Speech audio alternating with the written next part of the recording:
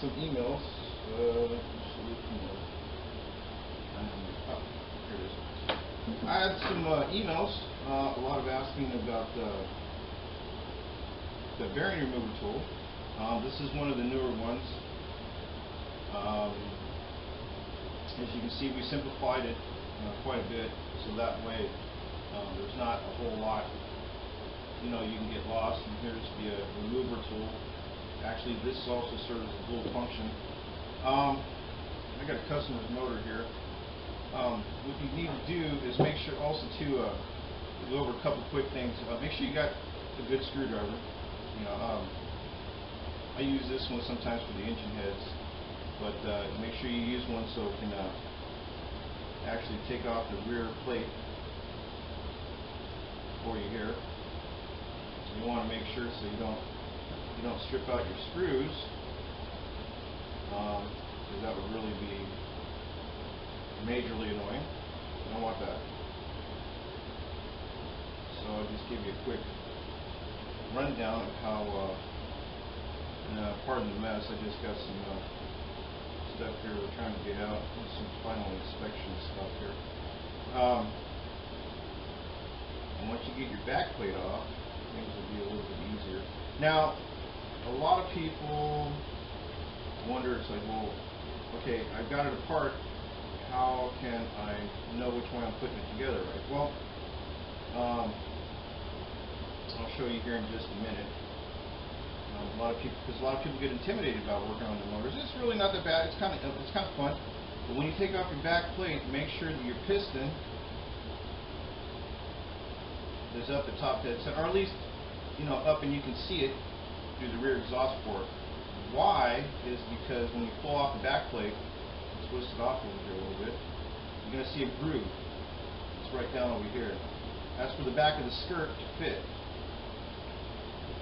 And when it comes down, it actually comes down into that part of the skirt. So when your piston is down, don't try to pull out your back cover because you'll break the skirt. Now, once you have your piston, or you already have your head off and your back plate off, it's like, well, how do I get out my sleeve? Well, a lot of times what you can do, and I'm lucky enough to where this customer has the flywheel still on, but you can get a zip tie, something soft, don't use anything metal, and put it through the back port and push up. Also, too, a lot of times what I would do out when I'm out in the field is my rear bearing remover also works pretty good for this.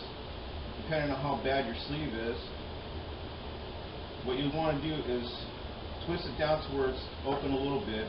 The jaws are relatively soft, so you won't have to worry about scarring and marring the inside of your piston. Because there's 4 different jaws, it'll grab onto the inside but won't harm the other side. What you do is you take it, put it in, get it past the ports. You might have to switch, tighten this down a little bit, and you'll feel it kind of grab the ports, and then pull out your sleeve. And once you have your sleeve out, you take this and just unloosen it, and you can remove your sleeve. And ironically enough, here it is, one of the ones that we modified. Yeah, that's kind of interesting. So I know this guy, he needed it was local, he needed some bearings, so that's okay. So actually, it's in pretty good shape. It's really nice. Okay, so after you have that out, and there's the skirt. Now, when you put you don't have to take any of this apart, but when you put it back in, you'll have the bearing, which actually a bushing on the inside of the car, will be a little bit different. And then this faces towards the inside, and the skirt faces out, and this is where that part fits. I know a lot of you already know this, but some that may not. I get a lot of emails, so it's like, a lot of people don't usually post in the forums because you usually got some assholes in there, and you guys know how it goes. And so they get a little bit intimidated. So it's like, don't worry about them. They have no idea what the fuck they're doing. So I can't say that. What the hell they're doing?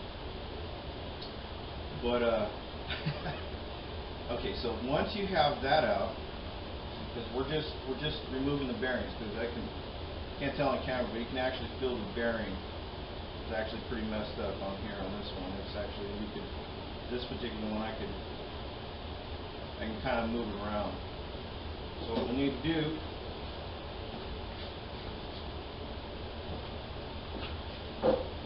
we need to take off our flywheel.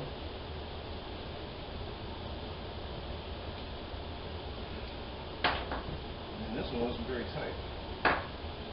Although I got too much feeling in this hand, I usually use it like a vice. I know it's going to bite me in the butt when I get a lot older, but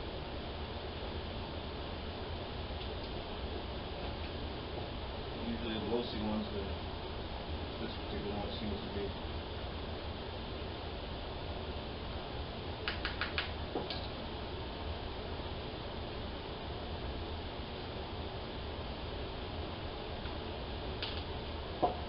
Pull out your crank, set it over this side. Wow, look, see, this is how bad this one was. This bearing was actually cracked. It came right out. Wow. This is a good one, huh? It's actually cracking on the...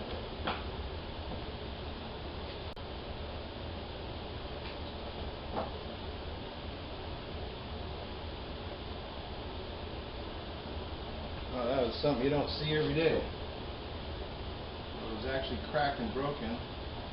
And you can see where now it's just actually come apart. So, all right. Sorry, it's kind of off camera there. Okay, I got another new one here. But wow, yeah. See, so had this been running any longer, yeah, this is a good possibility that this, because it was already cracked. You probably can't see it in the camera, but there's a crack. Actually went all the way through it. Alright, so we got another bearing, and a lot of people would ask, well, it's like, well, what makes your bearing deal a little bit better? Well, I like them all. The Nova one is really, really cool. It's about 139 bucks. The Heli one's about 94 bucks. The Optimum one's about 58 to 63 bucks, depending on where you get it. And mine is $60 shipped anywhere in the United States.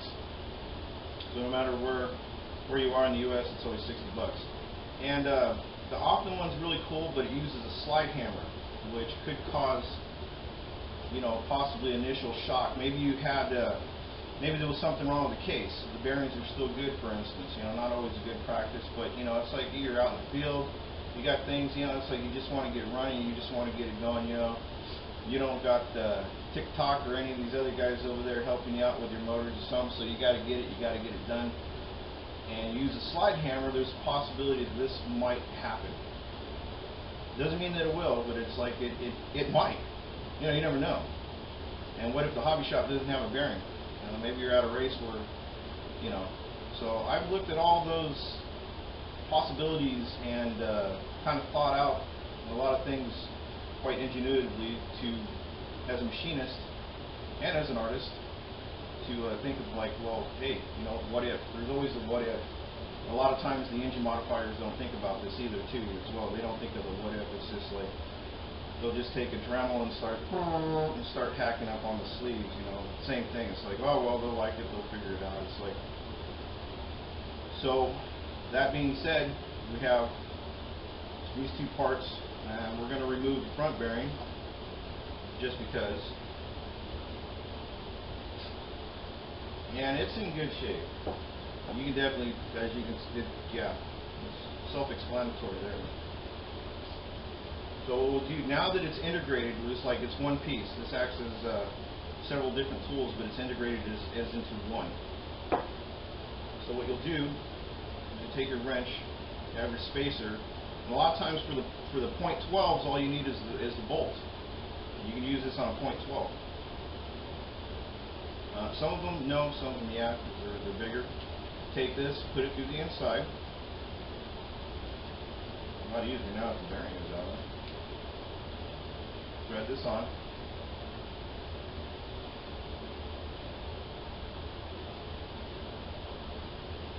And it doesn't use initial initial shock or hammer sliding motion to pull out the bearing. And here's your bearing. Now I'm going to replace this anyway. I'm going to grab another bearing. I don't know if I got to look real quick, but I'm just doing a video demonstration here. But I am going to replace the bearing. I don't have one right here. So we'll grab one from the other side of the shop. So there your bearing is out. No shock to the bearing. And that way you don't have to worry about a slide hammer jacking it up or pulling it out or anything like that. We'll go back and kind of clean this out later on. I need to go over the case. But I'm just doing this like really quick. A lot of people would ask, and you know, sometimes YouTube kind of frowns if you got like these 20 or 30 minute videos. So this case we will go back over the case and take a look at it. You know, I'll have Mike go over and take a look at it again. So you have your bearings out. Now to put them in, which is really cool, uses the same thing. And what you'll do is take your long bolt, slide your bearing on, take your long piece, stick it in. Actually, I like to use this little bushing.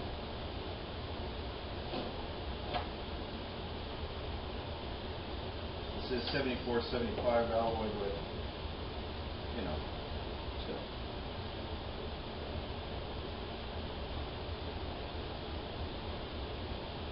And the bearing will press in.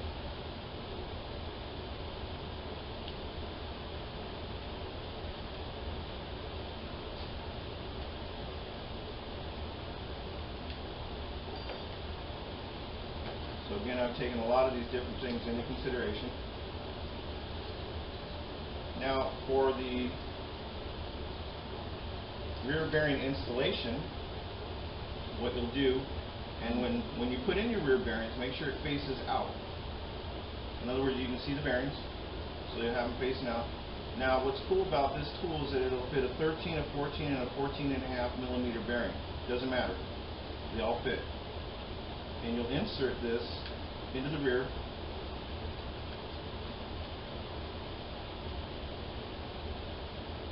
Tighten it down.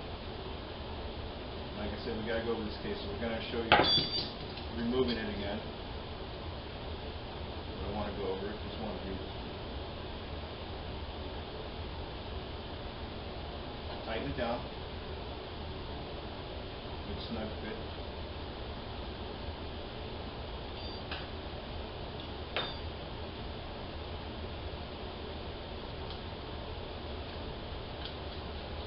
And we put it on backwards so it's flush with the bearing. Okay. And now we have our inserted bearing. All done. Now this, as you see me, I pulled out the sleeve with it because it's able to grab any one of the ports. Got a nice little patent on this one. I've seen ones like this and they're like 3, and then we have another one that's going to have 6. So if you have, then we're going to have another sleeve puller that's similar to this. But for now, you know, if your sleeves aren't like over massively super tight, you can actually use these. Now what you'll do, if you need to take out the rear bearing,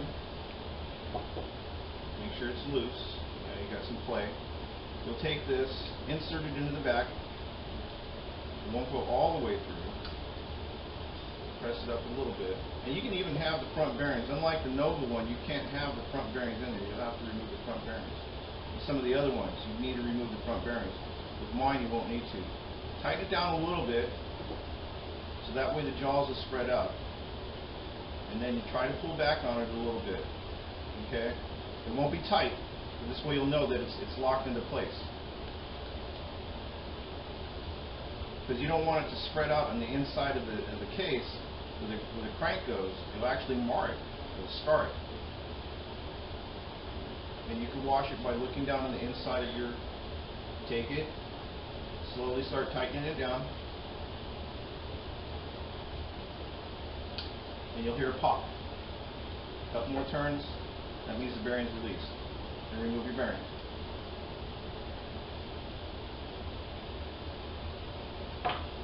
And there you have your bearing that's completely out.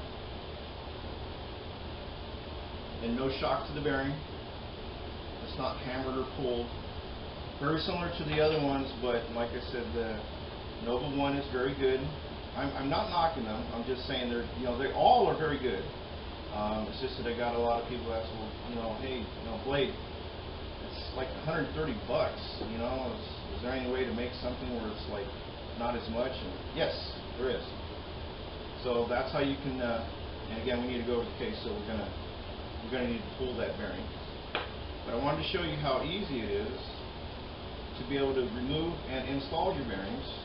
And by the way, you can do this with the rear bearing end. Either way, it doesn't really matter.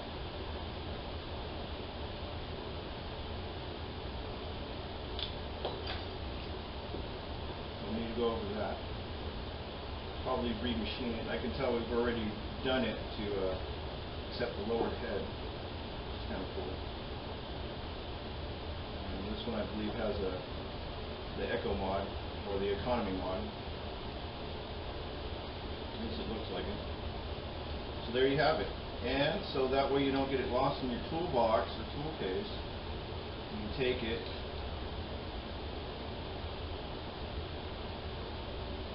and you have two pieces. And that's it. It sits in your tool case.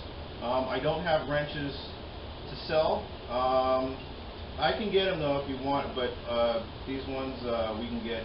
You'll need a 5/32 and a 3/16, and that's what you'll use for your to pull them out. I do have these. I can't get them for an extra $3 each.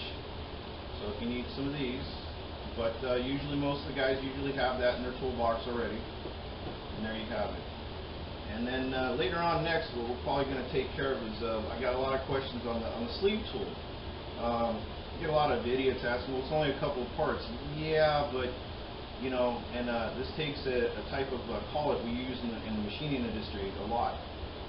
What it is that I ended up figuring something else to regrind it so that way it'll accept whole different kinds of sleeves. It'll take different ones, and then you'll be able to do .12s, 21s, 25s, 28s, and 30s. Both plain, every kind of engine. You got a neat little patent on this one too, not on the collet, but and then of course they're precision reground, so that way they can reaccept, being done. What it is that you'll actually put the sleeve in. We don't need it to do this one. This one's actually really, really good. We'll have another insert that goes in the inside of here. I don't have any right here. But you'll have another insert that goes in the inside of here.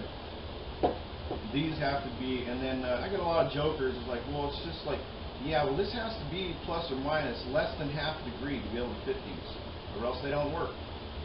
How much is half a degree?